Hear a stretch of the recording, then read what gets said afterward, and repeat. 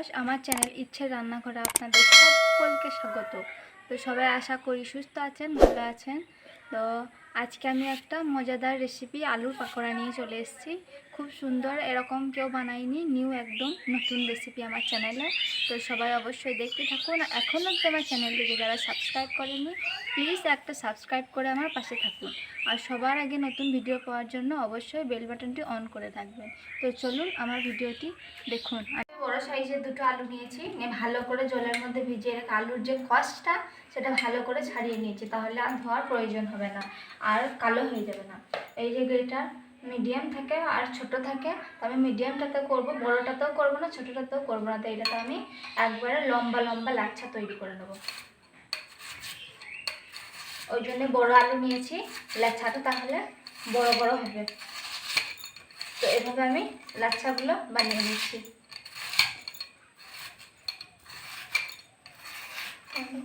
তো এই দেখুন লাচ্ছাগুলো আমার এরকম ভাবে হবে কিন্তু। তো আমি এরকম করে সবগুলো বানিয়ে নিচ্ছি, তারপর আপনাদেরকে দেখাচ্ছি।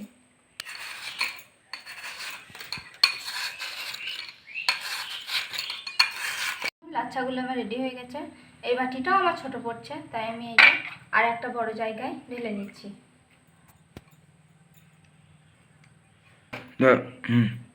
এখানে আমি 2 চামচ গোলমরিচের গুঁড়ো দিয়ে দেবো আর পরিমাণ মতো লবণ দিয়ে দেবো। এখানে পরিমাণ মতো দিয়ে দেবো আমি লবণ,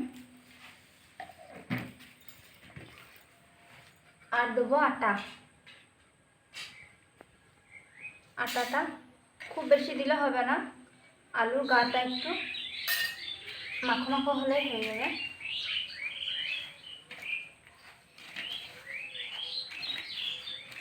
খুবই সিম্পল সাধারণ একটা রেসিপি, অথচ খেতে দুর্দান্ত।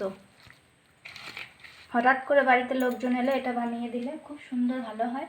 আর একটু আটা লাগবে, আমি দিয়ে দেবো। মাত্র 2টো আলুতে আপনি পরিবারের সকলের জন্য এটা বানিয়ে নিতে পারবেন।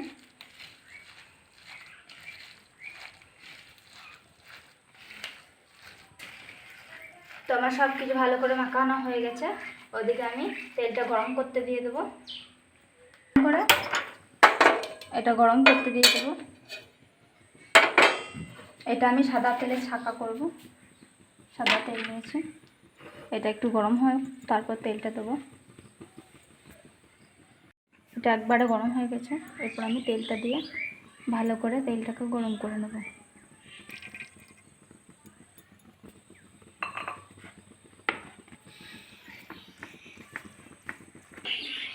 তো এই যে এটা নিয়ে আমি হাতের সাহায্যে এরকম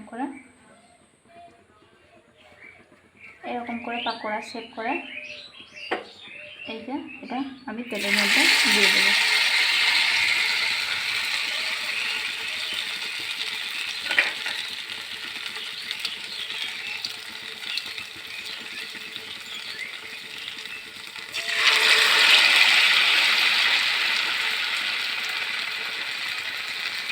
আর ঝাঁটের মতন হয়েছিল।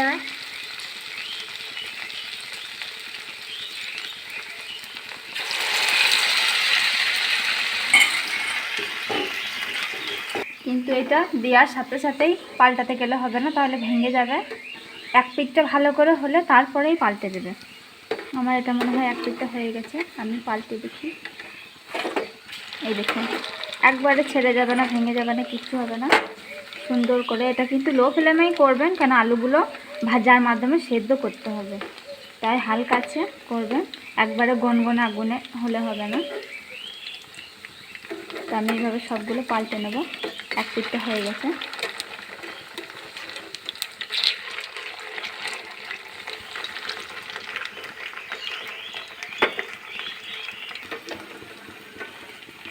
তো এই দেখুন এটা আর একটু ভাজা হলে তুলে নেব।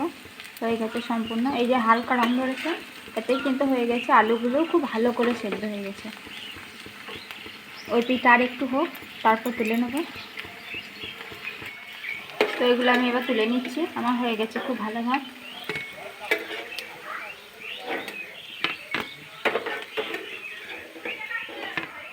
তো বাকিগুলো আমি এইভাবে দিয়ে বানিয়ে নেব। তো এই যে বাকি যেগুলো ছিল আমি সেগুলোকেও দিয়ে দিয়েছি। এক পিঠটা ভালো করে হলে তারপরে আমি উল্টাবো। এটা একদম খুব সিম্পল সাধারণ একটা রেসিপি, কিন্তু খেতে অসাধারণ। না খেলে বুঝতে পারবেন না। এভাবে বানাবেন, খেয়ে বলবেন কেমন হয়েছে, অবশ্যই কমেন্ট করে।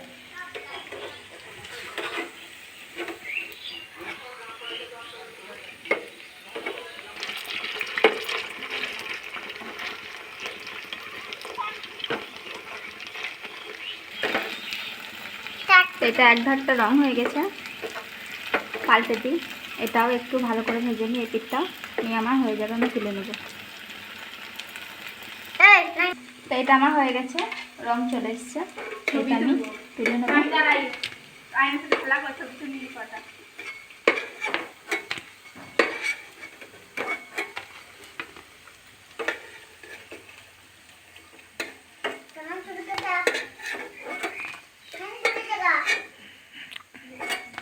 তো আমার এই যে দুটো আলুতে এতগুলো আমি পাকোড়া বানিয়েছি। সাইজটা বড়, আপনারা ছোট বড় যেরকম সাইজের বানাতে পারেন।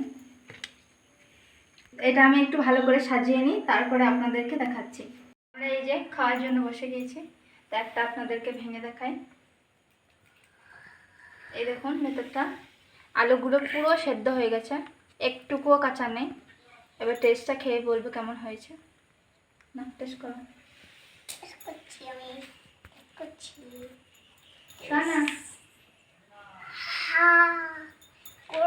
এটার মধ্যে দাও, সস নেই, খাওয়া ভালো।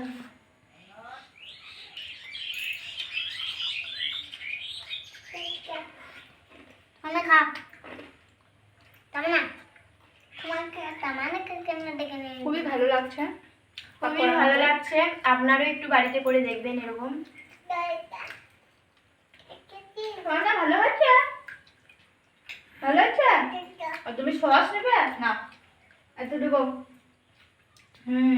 খাও।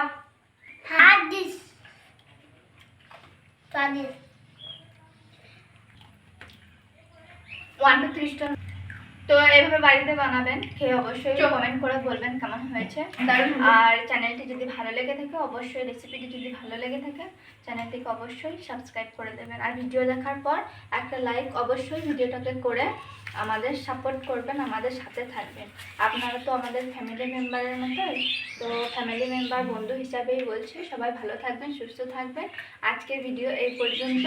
তো সবাই অবশ্যই এরকম করে বাড়িতে বানিয়ে দেখবেন, খেতে কিন্তু খুবই অসাধারণ হয়েছে। আমার খুবই ভালো লাগবে খেতে, খেয়ে বুঝতে পারবেন। তো আজকের ভিডিও এই পর্যন্তই। আসসালামু আলাইকুম।